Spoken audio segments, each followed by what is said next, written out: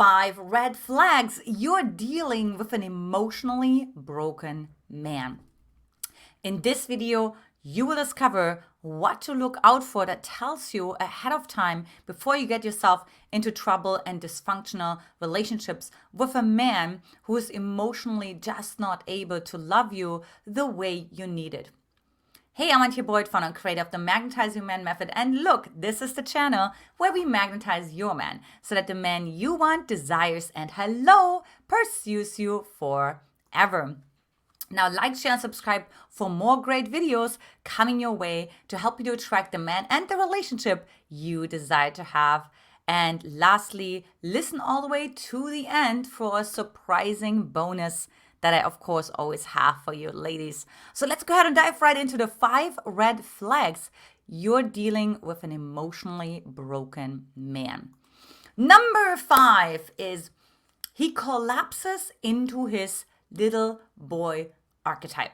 Now, every man has different archetypes inside of himself, like strong ones, working ones, and then also playful ones, vulnerable ones, like the little boy. And so what happens in this particular case, if a man is emotionally broken, is he's looking for a mama, right? He's looking for a sugar mama. He's looking for a mama to take care of him, right? So, and of course, what's going to happen is you're going to build resentment towards him because he can't wait to move in with you, right? And he can't wait for you to take the lead, to take charge. And, it's funny. I just watched this documentary, and the guy was like, I like when women take charge. I like when women, and I knew right away, I'm like, okay, he's collapsed in his little boy, because a king would never say something like that, right? Like, he would honor his queen, he would be so excited, right? He would totally respect her, but he wouldn't say something like that. Also, the little boy has sort of that shadow aspect, which is called the high chair tyrant. So when a little boy doesn't get what he wants, he gets mean.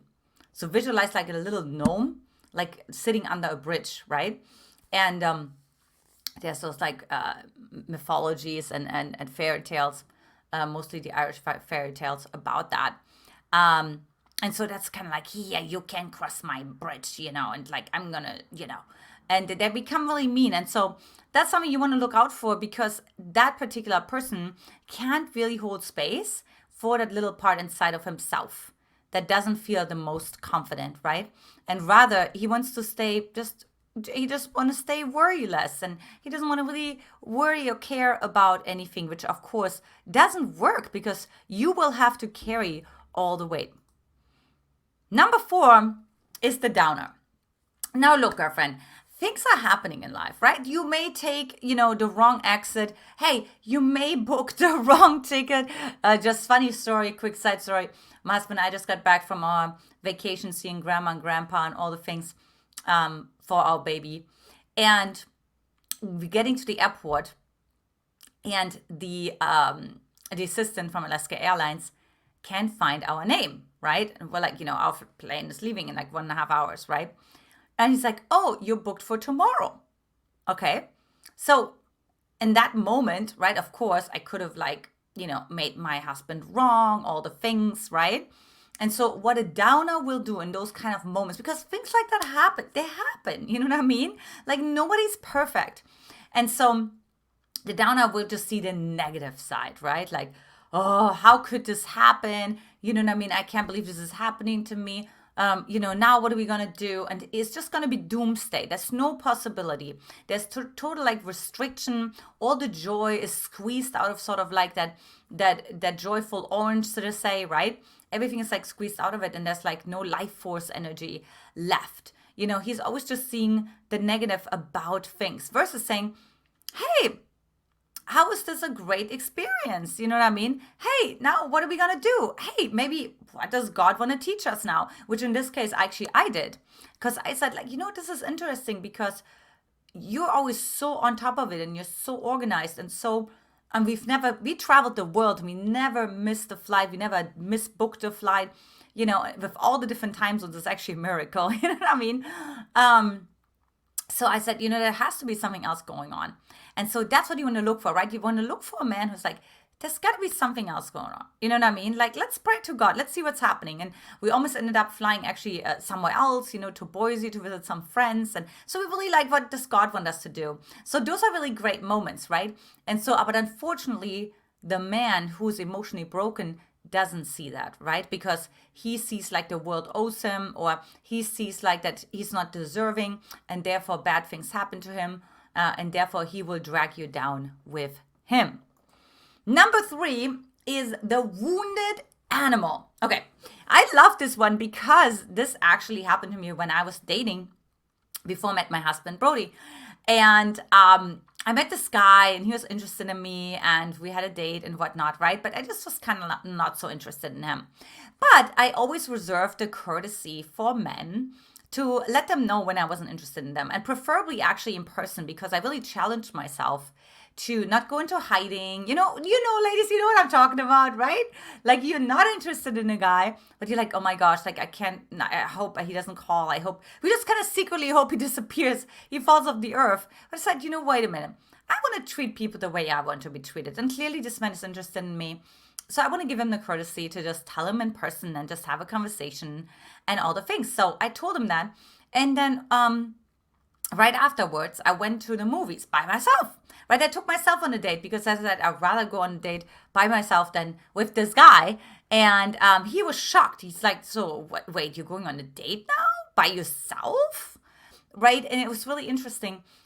So he said, I need therapy. I need to probably see a psychologist. He was right. I needed a dating expert. He wanted to make it wrong, but I just needed to find out what are the unconscious blocks that, of course, were happening inside of myself, right? What was holding me back from attracting the right man into my life. However, when I got home, this is what gets interesting, ladies, right? So when I got home, I was just on the phone with my girlfriend, debriefing sort of how it went.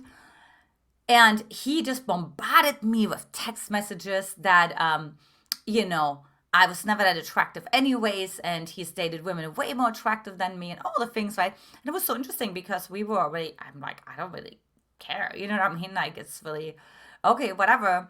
But this is the wounded animal, right? The wounded animal will sort of like attack you when they don't get their way, right? Like, because they feel actually in a way embarrassed, right? They feel there's like a level of shame, and then of course they want to put that onto you. They want to say, I'm in power, I'm in charge, I'm telling, who do you think you are? And they want to try to make you feel inferior so that they feel superior, right? And I was like, I just like send a prayer to him. I'm like, pretty sad that he had to go to this level and that he felt so hurt, his ego more or less, right? Because we just went on 1 or 2 dates. So it wasn't like, we were dating forever. And that's it, right? So just watch out for that, right? Because that's also going to be something where men sometimes try to pull you back in. All right, number 2 is the Stonewaller. And I actually have some videos on stonewalling in my here on the channel as well. So you can definitely find that. But the Stonewaller essentially is numb to your emotions, right? He's checked out. And in the Gottman's Institute, they really call it one of the 4 horsemen, right? It's really sort of like contempt. And that really means he has already sort of like blocked his heart. He's already like cut it. He just had disconnected with this part inside of him that's connected to you, and so on, right? So he's just stonewalling you. He's not allowing the impact of what you share with him to land, right? He's just basically leaving his body.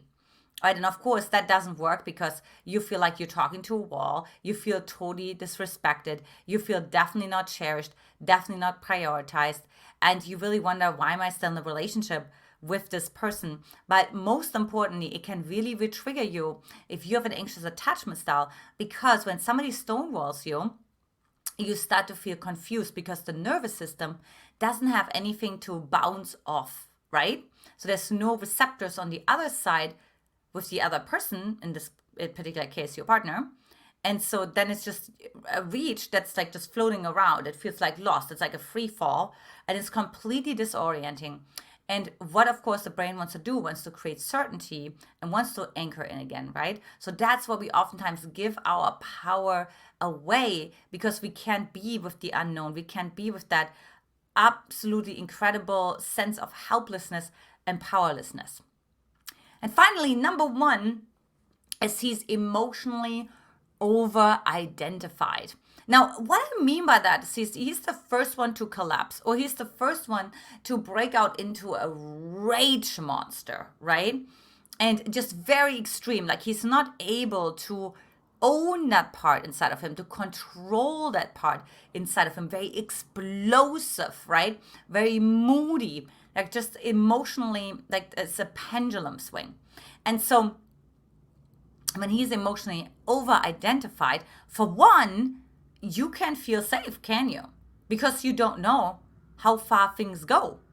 But even worse, the last thing that you're going to do is go into your own emotions. So it almost forces you in that dynamic to stay into your head, right? And I always say go into your head, you're dead, get into your heart, you're smart, right? But you can't go into your heart because he is already so over-emotional. So you have to hold all that space. Because what you want to really attract is a man who can also equally hold space for you. So that you, when you have to have a good cry, or when you need to really properly like scream, throw a temper tantrum, and I really mean it when I say that he's like, what else? What else? Tell me more, right? Because not only is that extremely attractive, so it definitely helps with that sexual tension, right? But it also helps with the emotional safety and longevity of your relationship. So I'd love to hear from you. Before I go into the bonus section, which behavior have you observed in a man? Let's discuss it, and maybe anything else that you have seen that's been really toxic and really showing that this man is just emotionally not stable. Now, for those of you who stayed until the very end, here is my bonus, which is he has a questionable judgment. Right? So you may see a certain absolutely disrespectful behavior from another man, let's say, right? Like maybe his buddy, how he's treating his girlfriend, or whatever the case may be. Or maybe even now he sees how your dad is treating your mom, or whatever the case may be, right? And you're like, wow, this is so unacceptable. And he thinks, this is just a joke. This is not a big deal, right? So you're like, wait a minute, what? Like, this was super abusive and that was super manipulative. And so he tends to like play it down, and you're just kind of like, it's a little questionable, right? Like, do you understand the impact of this? Do you understand this is like, no, this is a no-go, right? This is a deal breaker.